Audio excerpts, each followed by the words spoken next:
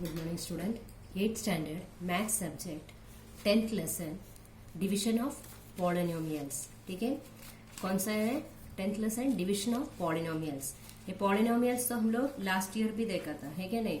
जो एक्सप्रेशंस रहता है उसमें पॉलिनोमियल्स बोला तो क्या रहता है? एक्चुअली इंट्रोडक्शन टू पॉलिनोमियल में क्या बोलते हैं, जो भी अलजेब्रिक एक्सप्रेशन रहता है उसमें सेम वेरिएबल, एक ही वेरिएबल हम लोग यूज करते हैं तो उसको पॉलिनोमियल बोलते हैं। ठीक है, तो इसमें देखो अलग अलग टाइप का एक्सप्रेशन दिया हुआ है।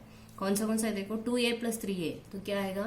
5a। 2 + 3 5 और ये जो है दोनों ऐड करेंगे तो 5a।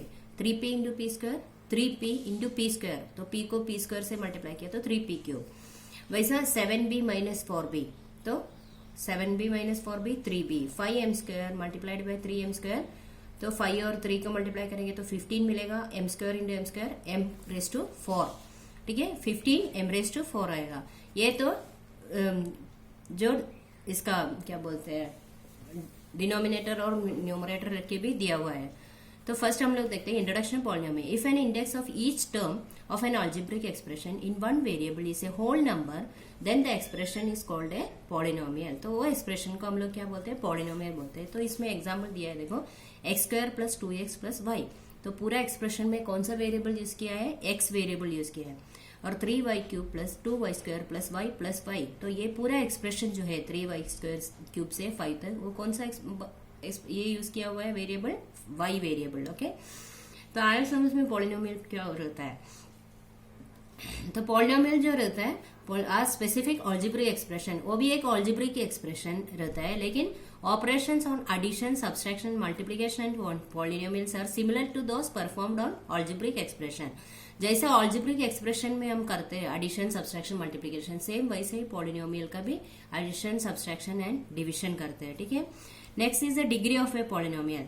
तो डिग्री हम लोग कैसे फाइंड आउट करते हैं? The greatest index of a variable in the polynomial is 3x², 4x। उसमें से सबसे ज्यादा इंडेक्स किसका है? x² का। इधर x1 है और इधर x2 है, तो 2 is the degree of the variable. Okay, आए समझ में? नेक्स्ट देखो, the greatest index of a variable in a polynomial 7x³ 5x 4x⁵5 + 2x²। तो इसमें सबसे बड़ा डिग्री कौन सा रहेगा? 5 है ना। 4x⁵5 है, इसलिए ये डिग्री कौन सा रहेगा? 5 रहेगा इसका degree of A polynomial. So the greatest index of variable in the given polynomial is called the degree of the polynomial. आया समझ में? degree of the polynomial बोला तो क्या रहता है? Okay, next क्या क्या है हम लोगों ने अभी देखा? The algebraic expression in one variable is a polynomial if the index of variable of each term is a whole number. और ये वेरिएबल जो रहता है उसके सामने जो ए रहता है, कोएफिशिएंट रहता है, वो होल नंबर चाहिए। ठीक है, ऐसा इसमें नहीं, रेशियो में या माइनस वैल्यू कभी भी एक्सेप्ट नहीं कर सकते पॉलिनोमियल में।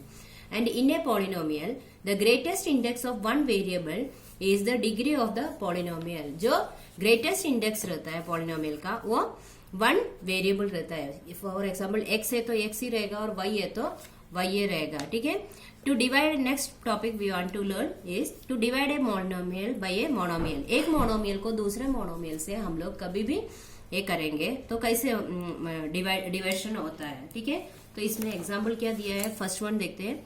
फर्स्ट वन जो है 15p³ डिवाइडेड बाय 3p दिया है। ओके, तो 15p हम लोग जब डिविजन करते हैं तो कैसे करते हैं? 15 लिखते हैं और जो डिवाइसर है उसको हम लोग लेफ्ट साइड में लिखते हैं ना। तो सेम इसमें भी वही रहता है, 15p³ डिवाइडेड बाय 3p। तो 15 मिलने के लिए 3 को किससे मल्टीप्लाई करना पड़ेगा अपने को? 5 से, है ना। 5 × 3 15 और p³ है तो ये p से किससे मल्टीप्लाई किया तो p³ मिलेगा p²। 15p² × 3p = 15p³ है ना। माइनस किया तो कितना आएगा? 0। तो आंसर क्या आएगा इसका? 5p² है ना। क्वोशिएंट क्या रहेगा इसका? 5p²। डिवाइजर 3p और ये कितना, इसका रिमाइंडर कितना आएगा? 0। ठीक है, आए समझ में? तो इसमें प्रोडक्ट जो रहता है वो मिलने के लिए अपने को 3p से किससे मल्टीप्लाई करने का वो पहले देखने का, फिर वो ऊपर लिखने का। जैसे नॉर्मल डिवीजन में हम लोग जो अरिथमेटिक एक्सप्रेशन में हम लोग कैसे करते हैं, 15 को 3 से मल्टीप्लाई किया तो कितना मिलता है वो इधर लिखते हैं। सेम वैसे ही ये सिर्फ पी क्यूब हम लोग वेरिएबल को भी ध्यान में रखना पड़ता है जब पॉलिनोमियल का डिविजन करने के टाइम पे। तो और दूसरा एक दिया है देखो, -30x x raise to 4 divided by 9x, ठीक है। 9x से -36x को, और ये जो साइन भी बहुत इंपॉर्टेंट रहता है, ओके। पॉजिटिव या नेगेटिव साइन जो रहता है that also very important in division of polynomials. -30x divided by -9x, तो माइनस और माइनस डिविडेशन जो होगा तो वो पॉजिटिव हो जाएगा। तो 36 मिलने के लिए 9 को किससे मल्टीप्लाई करना पड़ेगा, 4 से। 4 9 जा 36, देन -38 और x रेज टू 4 है और इधर x है, तो x क्यूब से मल्टीप्लाई करना पड़ेगा x4 मिलने के लिए। तो x cube into x raise to 4।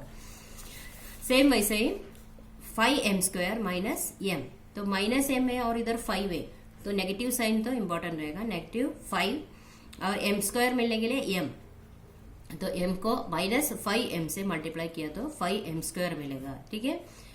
ये भी सेम -20 y रेज टू 5, अभी -20 है तो 2 से किससे मल्टीप्लाई किया तो -20 मिलेगा, -10 से, देन -10 और इधर y क्यूब है और उधर y रेज टू 4 है, तो इधर कितना आएगा y raise to 2, okay, y² -10 y² से 2y क्यूब को मल्टीप्लाई किया तो -20 y रेज टू 5 मिलेगा। इतना आया सबको समझ में। Then we will see the divide a polynomial by a monomial.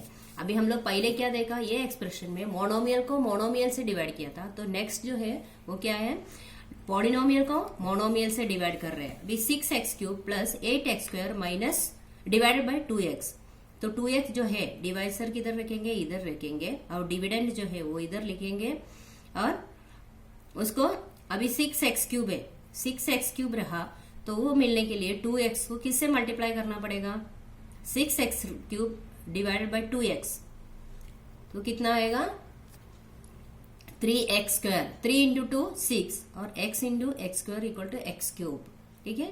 तो 6x³ मिलने के लिए 2x को 3x² से मल्टीप्लाई किया तो अपने को 6x³ मिलेगा, और ये माइनस करके 0 हो गया। तो अभी बाकी जो ये बाकी को है 8x² को 2x से किससे मल्टीप्लाई किया तो 8x² आएगा, या 8x² डिवाइड बाई 2x क्या आएगा 4x और 2x मल्टीप्लाई करेंगे तो 8x² आएगा, तो वो इधर लिखेंगे, और 4 into 2 8 and x into x 8x² equal to 0। तो इसमें क्वोशिएंट आएगा 3x² प्लस 4x, और रिमाइंडर जो है वो क्या आएगा 0 आएगा, ठीक है। और डिवाइसर और डिविडेंड ये दोनों अपने को दिया हुआ है, ओके।